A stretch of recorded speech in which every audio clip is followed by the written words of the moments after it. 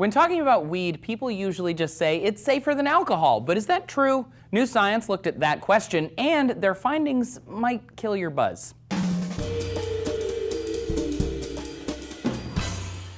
Howdy 420 familiars, Trace here for D-News. Recently, the University of California, Davis announced the first results of a nearly 40-year-long study exploring if marijuana was worse for you than alcohol. According to their findings, people who smoked cannabis 4 or more days of the week over many years ended up in a lower social class than their parents, with lower paying, less skilled, and less prestigious jobs than those who were not regular cannabis smokers. That's a quote, by the way. To put it as simply as I can, after following over 1,000 people from birth until age 38 and controlling for every variable they could think of, people who were supposed to be here were here.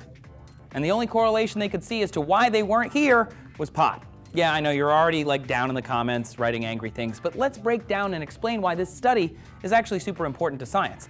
So firstly, let's go back to that 4 or more days per week over many years thing.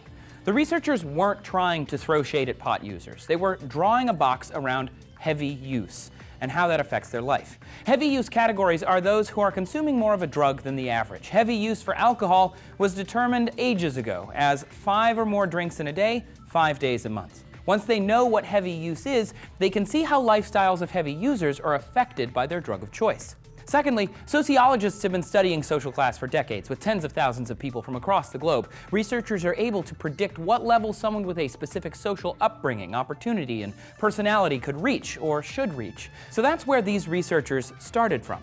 They know people who are, say, middle class should clear certain social and economic hurdles, remaining in the middle class unless something changes. So they followed a bunch of people for almost 4 decades to determine what, if anything, changed. The interesting thing about this is researchers wanted to know what specifically affects people over time, so they looked at absolutely everything. Credit rating, debt, net worth, what jobs they've taken, and the successes and troubles at said job, food security, relationship quality or abuse, whether they were on welfare or unemployment, missed credit card payments, traffic violations, childhood IQ, childhood achievement, ethnicity, level of self-control, and information about their parent or parents. The study was crazy. And after all that, they put the data into a computer program and started looking for correlations, finding, perhaps surprisingly, a connection between heavy pot use and a drop in expected class. Super intriguing, right? People don't normally just drop in class for no reason, so they wanted to see how and why. It looks, based on this data, a lot of the drops had one thing in common. The people were smoking pot 4 days a week or more, aka heavy use.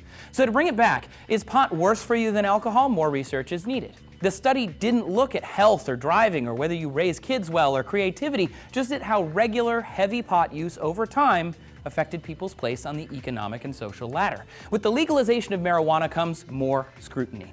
The scientists for this UC Davis study now say marijuana is not, quote, safer than alcohol. And in fact, the data indicates, quote, persistent cannabis users constitute a burden on families, communities, and national social welfare systems.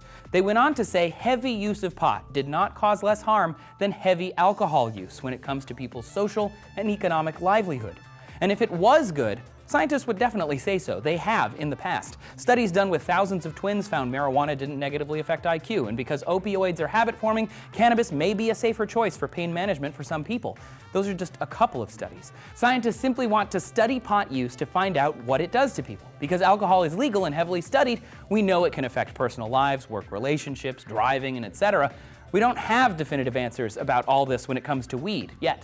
Use pot, don't use pot, that's up to you. But either way, when it comes to heavy use and socioeconomic effects, now we know. If you're thinking about pot and saying, yeah, and if you smoke pot, you'll go through some gateway, a magical land of other drugs, is that true? We looked into it here. Researchers have found no conclusive evidence that marijuana is the real springboard for later drug abuse. The American Journal of Psychiatry asserts that this correlation between marijuana and hard drugs is more likely because of individual tendencies and environmental circumstances of people who smoke weed. What do you guys think about all this? This is a pretty big study. Let us know down in the comments. Make sure you subscribe so you get more D-News. And thanks for watching.